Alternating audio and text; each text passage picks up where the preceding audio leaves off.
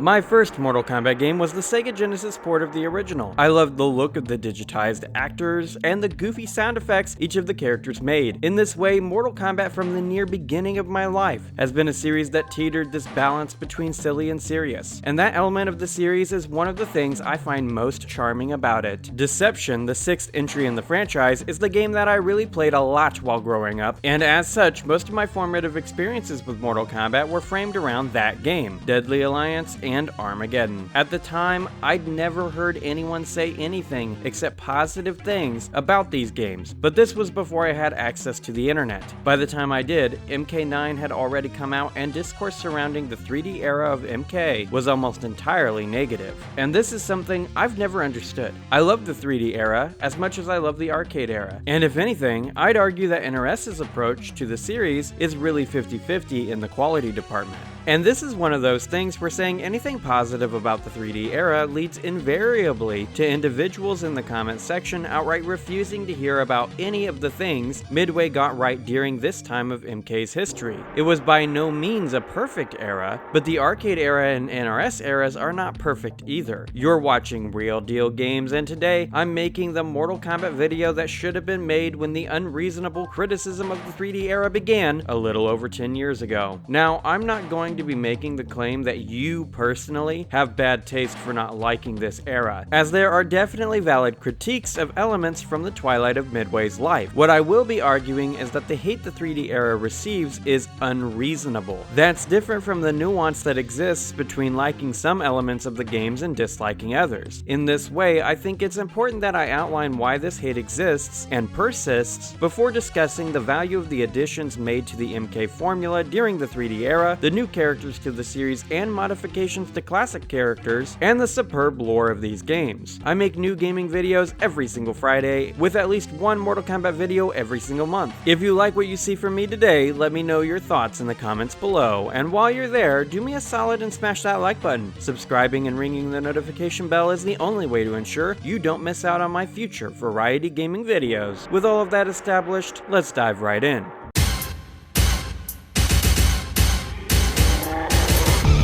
There's three separate eras of Mortal Kombat. Firstly, the arcade era encompasses the original Mortal Kombat all the way through MK4. Additionally, Special Forces and Mythology Sub-Zero are a part of this era too, but since they are spin-offs and not games that ever had arcade versions, I'll not be including them in any of my comparisons. The 3D era is Deadly Alliance, Deception, and Armageddon. Some people like to throw Versus DC into this 3D era category, but I disagree completely with this inclusion. Versus DC doesn't have any of the common features of the 3D era in terms of either gameplay, story, ambiance, or single-player offerings. This game is just an oddity in the series, and I think it fits better in the weird spin-off category that I put Mythology Sub-Zero and Special Forces into. Shaolin Monks is also a part of the 3D era, but once again, it is a spin-off, so I'm not going to be including it for any major comparisons I make. And thirdly, the NRS era includes MK9, MKX, MK11, and MK1. For the same reason I'm excluding Versus DC and the spin-offs, I'll be excluding the Injustice games because even though they definitely impact the Mortal Kombat games being made, they aren't technically a part of the franchise. Most of the hate from the 3D era comes from a newfound reverence for the arcade era during the NRS era, post-Deception writing issues in Armageddon, Unchained, and the GameCube port of Deception, and a sheer disdain for the 3D movement and style-swapping gameplay in the 3D era games. These three things come together to create that feeling that the quality of the 3D era is overall less than what preceded and followed it, and some of this criticism is completely fair, and I'll give credit where it's due in that regard. However, the hate is unreasonable at times. The unreasonable nature of the hate is the core focus of this video. The renewed focus on the arcade era started in MK9, and at the time, I was perfectly fine with that myself. Like I said, I love the arcade era, and in 2011, it was time to give those characters more of a spotlight. I was hopeful that 3D era characters would start to show up more into the franchise following it, and Kenshi being a DLC character made me feel like my hopes weren't futile. However, MKX, MK11, and MK1 would show a strict and stubborn refusal to move on from the arcade era characters and a complete and utter disdain for the 3D era. In this way, the NRS era actually feeds into this hate, even if the creators don't explicitly state they hate the franchise's past.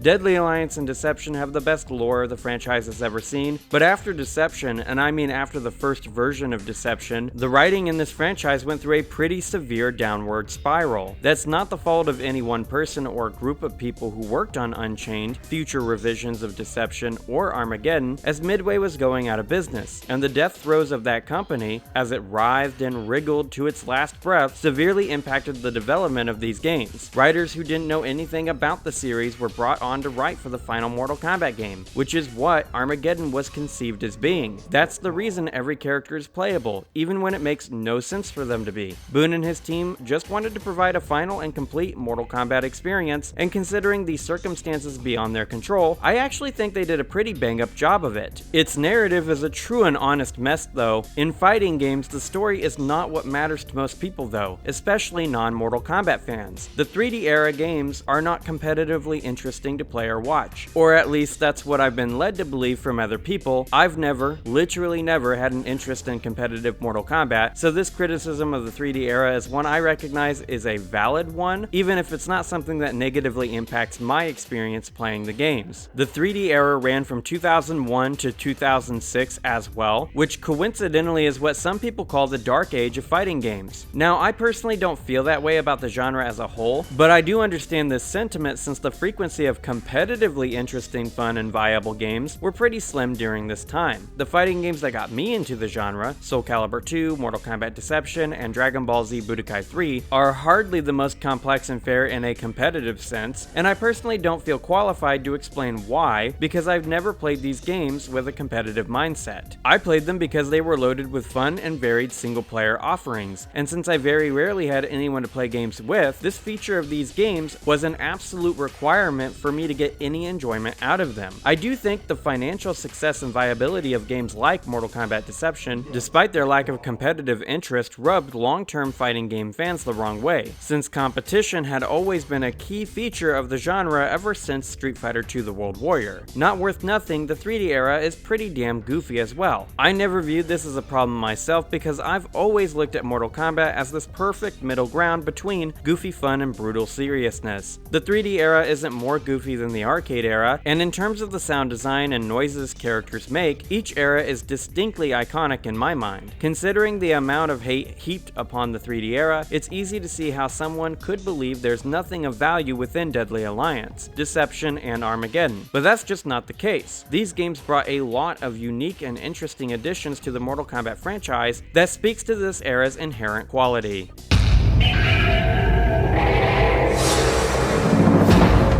Whenever booting up any one of the 3D era games, the player is greeted with one of the best video game cutscenes they could ever hope to see. Literally all of the god tier main menu movies come from the 3D era. Deception, Armageddon, and Shaolin Monks have the best ones in the series, and even discounting Shaolin Monks as I said I would at the top of the video, that still leaves two amazing cutscenes from this era. That's not even to say Deadly Alliances isn't good, as it is also quite great from a lore perspective. The death of Liu Kang jumpstarts the 3D era in the perfect way, separating it from the arcade era. Framing the plot around Shang Tsung and Quan Chi was a genius decision too, since Shang Tsung was the first villain in the series, and Quan Chi was the most recent one, meaning that together they bring the legacy of the arcade era's villains into the new age. Deception has more intrigue, tension, and grandiosity than the entire plots of MKX, MK11, and MK1, and all of it is packed within a tight 3-minute window. It sets up the premise of the story, foreshadows Shujinko's folly, the main villain Onaga, and the birth of Dark Raiden, even if the player doesn't know it on their first viewing. Armageddon sets the tone of the game, clearly showing the designer's intention for this to be the final Mortal Kombat game, starting out with the imposing figure of Kentaro roaring as the forces of light and dark clash in this bloody, brutal melee. Characters die left and right, and the movie ends with the roar of Blaze as Scorpion and Shinnok prepare to rush past Liu Kang and Shang Tsung. And these main menu movies are hardly the only thing the 3D era brought to the table, as the alternate modes of play are great additions to the franchise and are something this series has been missing for ages. Chess combat provides the player with a great way to perfect their skills with multiple combatants all at once, and even though the mode is fairly simplistic, it is a super fun way to play the game with a friend of comparable skill level. The side modes that shine the brightest are puzzle and motor combat though. I say this because these modes truly allow the player to take a break from the core fighting framework that makes up 90% of the game. Puzzle combat is is essentially just Dr. Mario, and Motor Combat is Armageddon's kart racing mode. Sometimes after grinding in the lab or hitting arcade tower after arcade tower to reach the point where you're able to play through the game absolutely flawlessly on max difficulty, you've just got to take a second to relax and break up the monotony of the grind, which is where and when these modes would come into play. And it may seem like such a small thing, but it really was that nice of a palate cleanser. These days, if you want something similar, you've got to close the game to find something else to play for a second to refresh. But modes like this just kept the player in the game for longer, and something like this really needs to come back into the franchise. Another thing the 3D era added that was truly a piece of inspired game design were the death traps. These things created these uber tense moments at times where both players would be frantically trying to hit the other into the death trap while also attempting to save themselves from the same fate. My favorite level with one of these has always been Falling Cliffs, because not only does the stage have a death trap along its entire circumference, it also shrinks over time. This idea would never work in a 2D fighter, but it's something I would personally love to see some sort of 3D fighter do again. Deception and Armageddon genuinely had some of the best fighting game stages in the history of the genre as a result of this feature, and I know games like Soul Calibur 2 also had ring out mechanics like this, but the lack of a death animation hurts the overall presentation of getting ring outs this way. And each time the player finishes a fight, they get coins, which can be used in the crypt to unlock art, costumes, new characters, fatality codes, mini documentaries, and much more, like Cooking with Scorpion, which is one of the truest treasures of this entire franchise. The crypt is one of the best things to come out of the 3D era, and it would be iterated upon in nearly every game until MK11. MK1 doesn't have a crypt, and the absence of it is definitely noticeable. And each of these things truly set the 3D era apart. But they're not the only things of value in this much maligned trilogy of the games added to Mortal Kombat, as the mythos of MK benefited quite greatly from the 3D era's characters, both new and returning, and lore.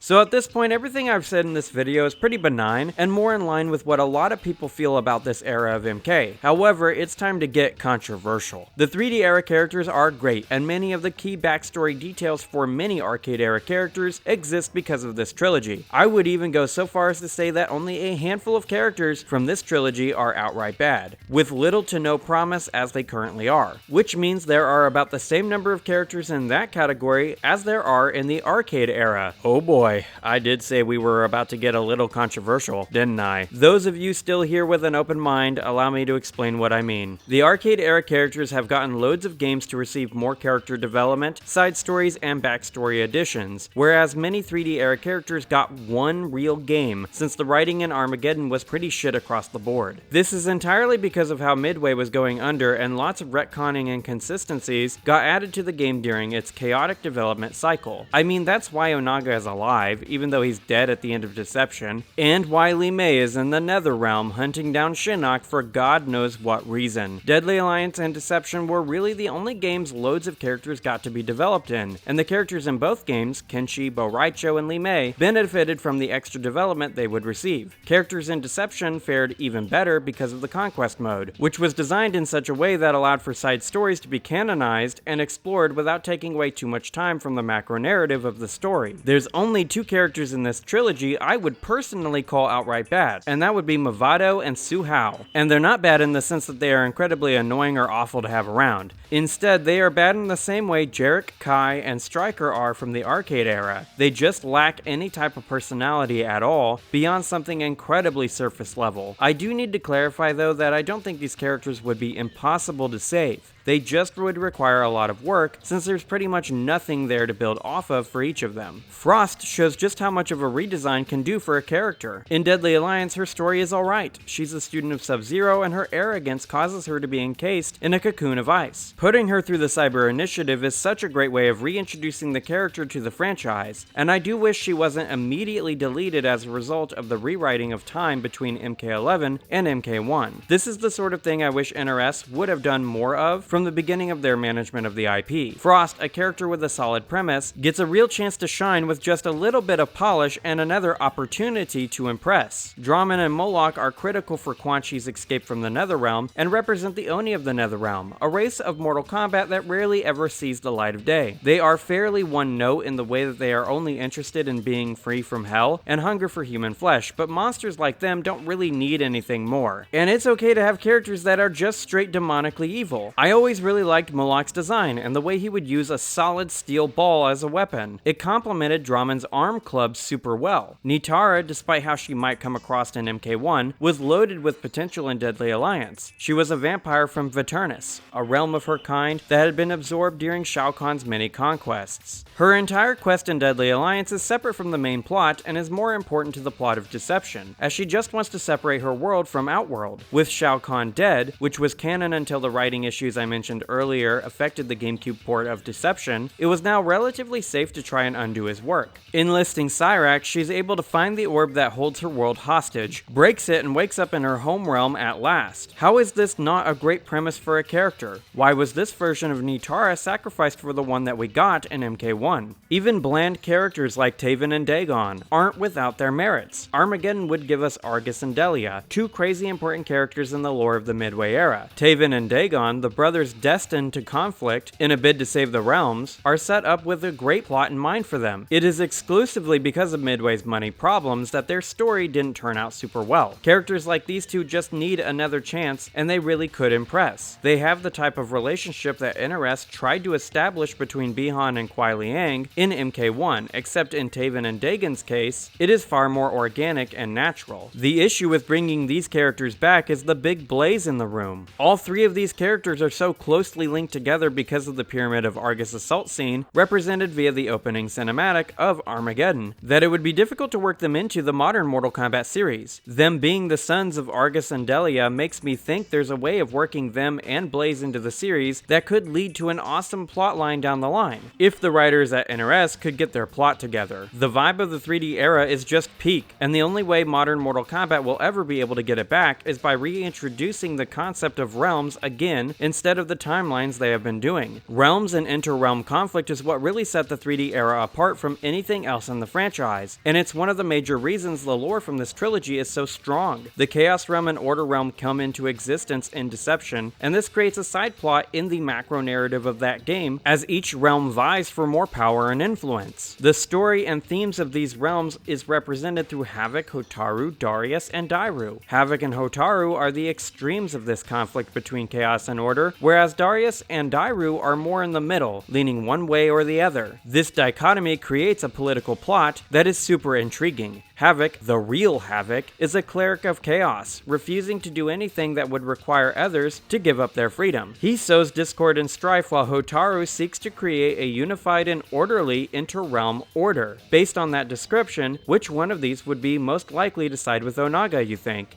Hotaru would be the right answer, as what matches the essence of order more than merging all of the realms together into one consciousness, into one being. In this way, the beautiful and civilized Sado functions as a boon for the primary villain of Deception, and this is a subversion of audiences' expectations, as Hotaru and Sado are presented as benevolent saviors fairly early on in Deception. It is through Darius and Dairu that the corruption and true evil of order are revealed. Darius wants freedom from the dogma of the Satan Senate, and this microplot regarding revolutionary fighters is one loaded with promise for a spin-off or something like that. The idea of revolutionaries casting off a corrupt government works well with what we identify as being a moral good, and this is part of the reason I've always found Darius to be a great character. Of all these characters, Dairu is the most unreasonably hated, and I honestly can't figure out why. When I first started playing this game at the fresh age of 9, my brother Kyle, aged 13,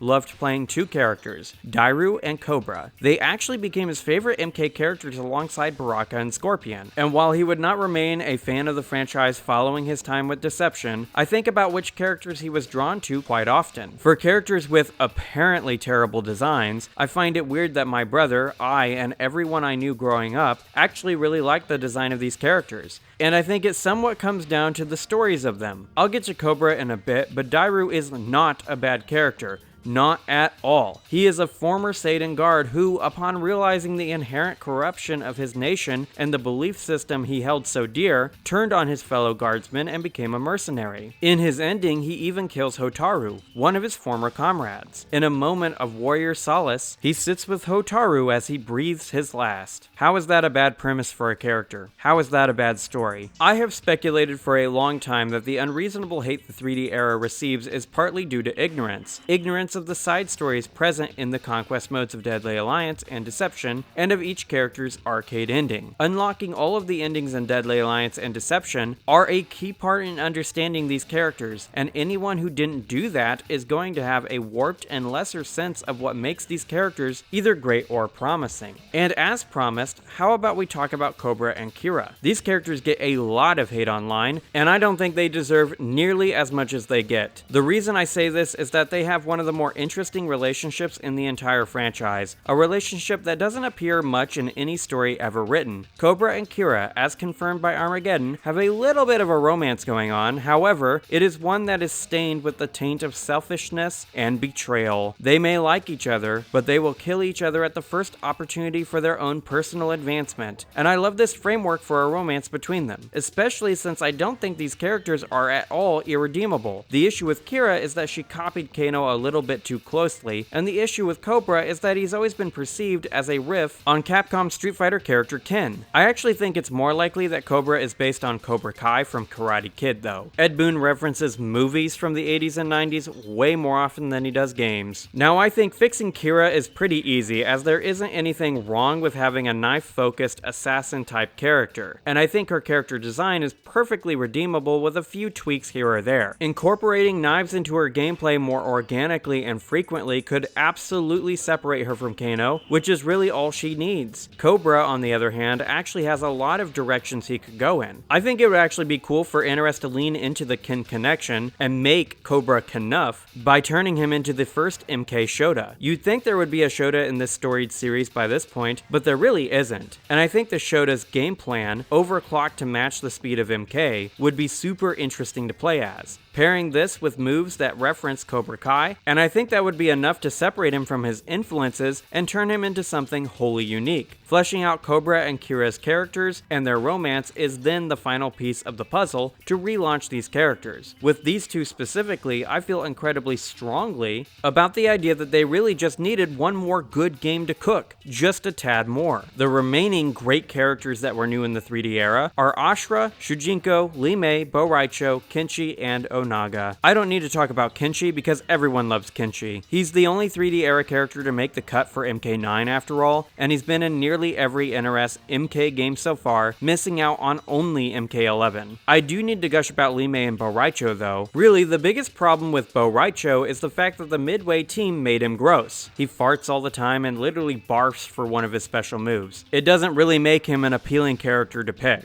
The way they redesigned his gameplay for MKX was a stroke of genius and shows just how much the hate for this character was tied exclusively to his special move suite and gross characteristics. Canonically, Bo Raicho is the person who taught Liu Kang and prepared him for the titular Mortal Kombat tournament of the first game. He goes through a period of serious depression when Liu Kang is killed, but he's pulled out of that because of how another young prospective pupil, Lee Mei, needs his help. She seeks to protect her town of Sundo. Deadly Alliance have offered to free my village if I win their combat tournament.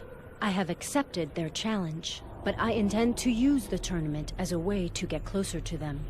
I will attack when they least expect it. And she's promised safety for her community should she win the Deadly Alliance's tournament. This is a trick though, as the reward for winning the tournament is that Shang Tsung and Quan Chi put the champion's soul into the body of a mummified Dragon King soldier. The tournament is just a ruse to attract the strongest fighters for their soul enslavement. And during the soul transfer, Bo Raicho interrupts Shang Tsung, saving Lee Mei's life and eternal soul. From here, she becomes his student, serving at his side in the Edenian War against Baraka's hordes and Sato's military. military. In her Deception ending, she turns on her compatriots, possibly because of the connection her soul briefly had with the mummified corpse of one of Onaga's soldiers. Maybe a part of that long-dead soldier's devotion to his king rubbed off on Li Mei's soul, secretly corrupting her. Even without that ending, Li Mei's story is literally so good, and the way this story recontextualizes Bo Raicho's character makes him a much more respectable individual in the lore. Ashura, a natural-born demon and denizen of the Netherrealm, attempts to undo the corruption of her soul to allow her to leave the realm of her birth. And this is one of the most unique framings for a character's backstory, and really sets Ashura apart from others on the cast. Her story reminds me of that one Parthenax line about whether it's better to be born good or to become good by working hard to undo an evil nature.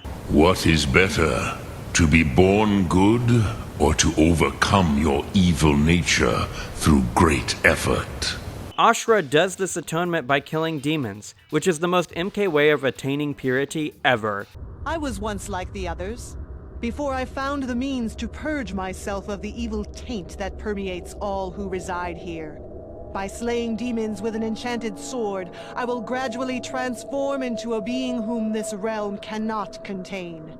Eventually, I will be free. This puts Ashura on a collision course with Noob Saibot, which is a character we'll be talking about a bit later in this section. Beating him, she's finally expelled from the Netherrealm, landing in Edenia. How is this character not good? Why do the characters of this era get so much hate? It's the question I am always left asking, especially whenever I consider the story of Shujinko and Onaga. Lots of people don't like Shujinko, and I truly don't understand this. As a teenager, he's given the godlike power of being able to copy and master the fighting abilities of anyone he encounters in an instant. He's given this power by a divine orb claiming to speak for the elder gods, and he goes on a quest for this Damashi. How is this an unbelievable framing for a narrative? Onaga essentially grooms Shujinko into becoming his champion, manipulating him well before he was even close to adulthood. What kind of person wouldn't believe the gods were sending him on a quest when they tangibly have a godly gift in the form of their ability to copy others' combat prowess? I mean, people believe the earth is flat, despite all the evidence pointing in the opposite direction, and if that is a realistic possibility, then why is this story not feasible? In this way, I actually find Shujinko to be an incredibly compelling character and possibly one of the best protagonists we've ever seen in the series. Onaga, too, is a great character, and I would say the Dragon King is the best villain the series has ever seen. The way Shujinko and Onaga come to blows at the end of Shujinko's arcade tower and how Shujinko kills him with the power Onaga gave him as a teen is poetic, bittersweet,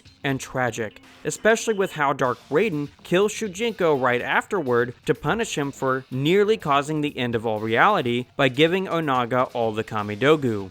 That Shujinko undid his mistake and destroyed the Dragon King is of no importance.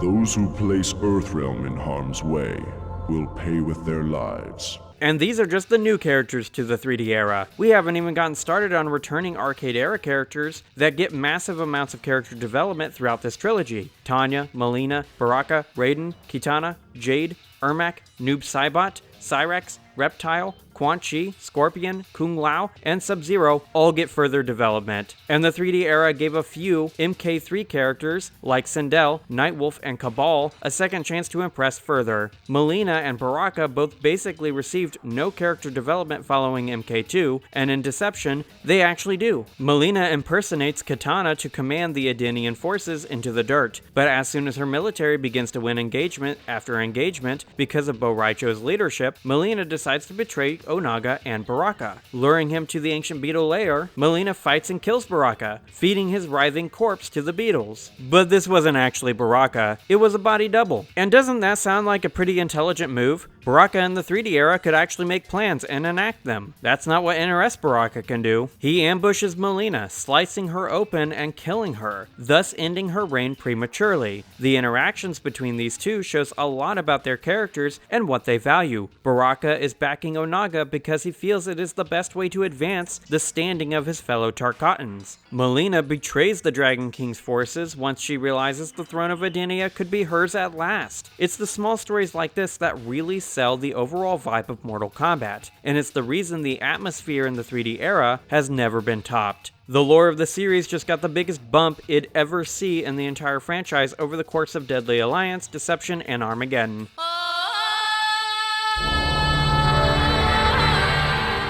The lore writing during this era is way better than the arcade era, and the individual characters, both good and bad, were actually developed far better than even how they would be in the NRS era in a few specific instances. Deadly Alliance feels like a natural progression from MK4, essentially picking up right where Scorpion's ending from that game leaves off. I mean, that's why Quan Chi is constantly looking behind himself as he flees the Netherrealm in Deadly Alliance's intro. He knows Scorpion has the skills to kill him, and Scorpion is chasing him like a bat out of hell right then in that moment. This focus on story and how endings lead into the following game and into each other is where several arcs in Deadly Alliance and Deception reside, which means unlocking all of the endings is a crucial piece in the puzzle of the 3D era's story. For example, in Deadly Alliance, Cyrex's ending leads into Nutara's, which leads into Reptiles, and Reptiles' ending leads into the intro cinematic of Deception. This is a clear progression of the series' main plot, but if the player didn't get the endings for 3 separate characters,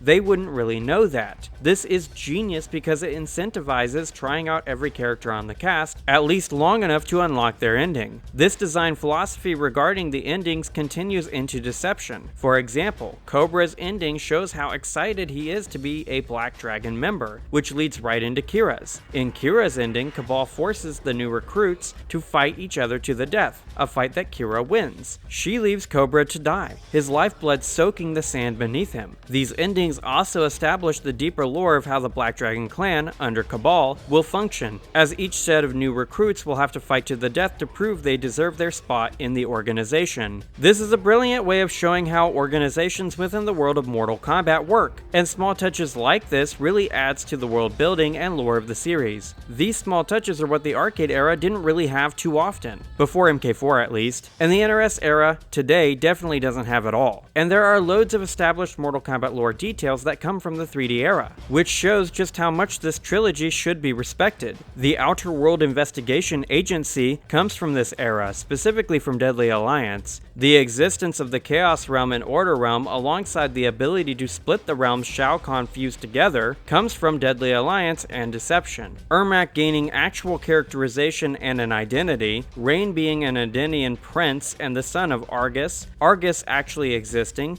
Raiden becoming Dark Raiden, the Takunin, the mythology of the One Being and how the Elder Gods came to be, and literally everything to do with Kenshi all comes from the 3D era, and these bits of lore are all taken for granted. Noob Saibot is confirmed to be the older brother of Sub-Zero, Bi-Han, as well, which up till this point was a part of his character that hadn't been canonized. This is literally one of the most important developments for Noob Saibot, and it comes from the 3D era. Up until the 3D era, Mortal Kombat's story was fairly loosey-goosey and completely all over the place. Deadly Alliance retconned the consistent inconsistencies present in the arcade era and crafted a complete narrative for the franchise. The Conquest mode of that game is essentially a long training mode that comes with an encyclopedia of lore. Reading everything in this mode is the only way to get the full experience of the series and Deadly Alliance's story. This cleaning up of Mortal Kombat's characters, lore, and story are all key reasons why the 3D era is deserving of some respect. The 3D era just doesn't deserve the unreasonable hate that it gets, and that's the opinion I've had throughout the entirety of the NRS era. There are things worth critiquing, such as the gameplay, but what the 3D era gets right makes up for its failings. And that's the video, my guys. What do you think? Is the unreasonable hate for the 3D era just kinda getting old for you too? Let's discuss it in the comment section below, and while you're there, smash that like button, subscribe, and ring the notification bell. The super thanks is down there as well if you'd like to support the channel further. I make new gaming videos every single Friday, and if you like this video, you may like my future or past work.